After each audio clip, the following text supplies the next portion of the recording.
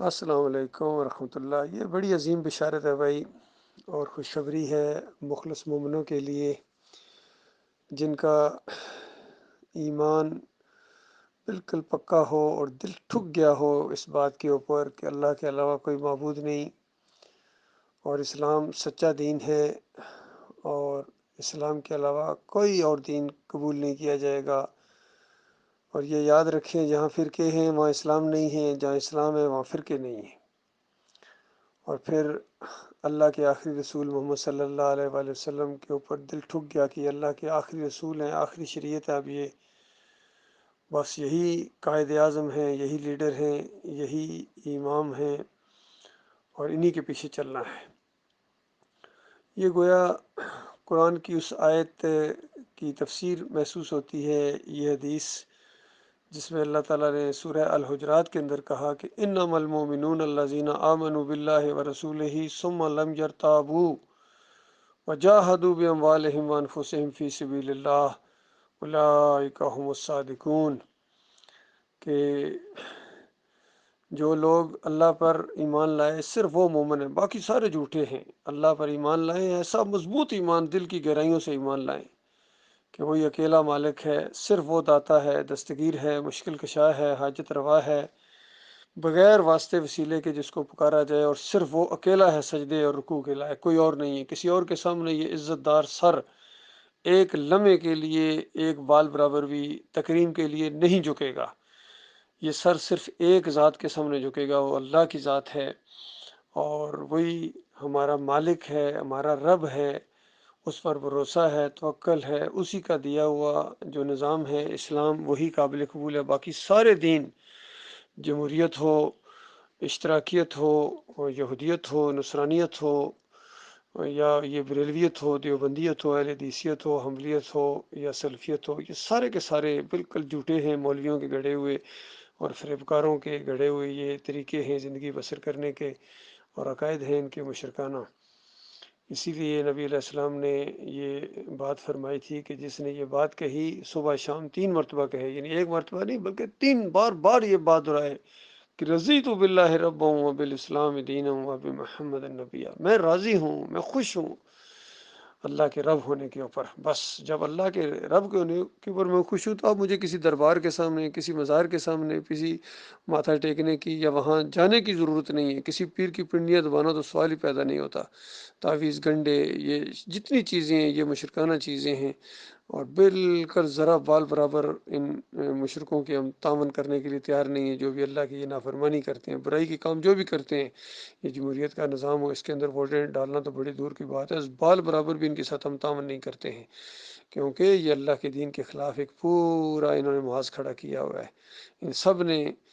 صف بندی کی ہوئی ہے اللہ کے مقابلے میں۔ آج پوری دنیا میں طاغوت کے جھنڈے بلند ہیں، اور انسانوں کو جو اللہ کے عذاب کے کوڑے کی سزا مل رہی ہے وہ اسی شرک کی وجہ سے ہے کہ انہوں نے اور الہ بنائے ہیں، اور دین بنائے ہیں، اور انہوں نے لیڈر رہنما اور قائد اعظم بنائے ہیں جن کے نام لیتے ہیں، جن کی تصویریں بناتے ہیں، اپنے عدالتوں کے اندر رکھتے ہیں، تعلیمی اداروں کے اندر رکھتے ہیں، اور جتنے بھی ان کے کاروباری مراکز ہوتے ہیں وہاں یہ ان کی تصویریں اس طریقے سے لٹکائی ہوتی ہیں اوپر۔ یہاں گلف کے اندر بھی ہیں، ان بادشاہوں کی تصویریں ہیں، لٹکاتے ہیں، اور پاکستان کے اندر بھی ہم نے دیکھا ہے جناح صاحب کی یا علامہ اقبال کی تصویر لٹکائی ہوتی ہے انہوں نے۔ تو یہ بالکل اللہ کی نافرمانی کی چیزیں ہیں، یہ جو ہے نا بہت بڑی اللہ کی غیرت کو للکارنا اور اللہ کے غضب کو دعوت دینا ہے۔ تو یہ معاملہ ہے کہ یہ حدیث بالکل زبردست حدیث ہے، اور اس کے تقاضے ہیں، یہ بالکل اسی طرح کی بات ہے جس طرح کہا گیا کہ کلمہ لا الہ الا اللہ یہ جنت کی کنجی ہے، اور ساتھ پھر بتایا گیا کہ ہر کنجی کے کچھ دندان ہوتے ہیں، وہ دندان اگر نہ ہوں تو پھر تالا نہیں کھلتا ہے۔ ایمان کے تقاضے ہیں اللہ کے بندوں، آپ کی غیرت کا، آپ کی بندگی کا یہ تقاضا ہے، اللہ کی عزت کا یہ تقاضا ہے کہ اٹھو، کفر و شرک کے خلاف زبان کھولو۔ اب یہ دعوتی دور ہے، اور تبلیغ کرو، یہ ہے صحیح معنوں میں تبلیغ۔ باقی یہ کہ واقعات جھوٹے قصے جس طرح وہ تبلیغی نصاب کے اندر ہیں، یا فضائل اعمال کے اندر، اور یہ فیضان سنت کے اندر، یا صوفیوں کی جتنی کتابیں ہیں، عبد القادر جیلانی کی کتابیں ہوں، محی الدین چشتی کی کتابیں ہوں، مجدد الفزانی کے ملفوظات ہوں، یا ابن کثیر کی تفسیر ہو، جتنی ہیں یہ ساری کوئی شرک سے پاک نہیں ہے، یقین کیجیے۔ ڈاکٹر اسرار کے بیانات ہوں، علی انجینئر کے ہوں، توصیف الرحمان ہو، طاہر القادری، طارق جمیل، تقی عثمانی اور فضل الرحمان کا تو کہنا ہی کیا، سارے کے سارے کسی نہ کسی جھوٹ کے اوپر کھڑے ہیں۔ اور قاری خلیل الرحمان ہو، منور سلطان ہو یا محمد حنیف ہو، جتنے بھی ہیں، عبداللہ عمر ہو، یہ آج کا ڈاکٹر، یہ سارے کے سارے کہیں نہ کہیں شرک کے ساتھ ان کا جو ہے نا اندرونی تعلق ہے۔ کوئی کسی کا بس چھلک رہا ہے اور کسی کا آدھا، اور کسی کا کوئی مسلک ایسا نہیں ہے۔ سب سے کم شرک جس مسلک کے اندر ہے یہ اہل حدیث ہیں، سلفی ہیں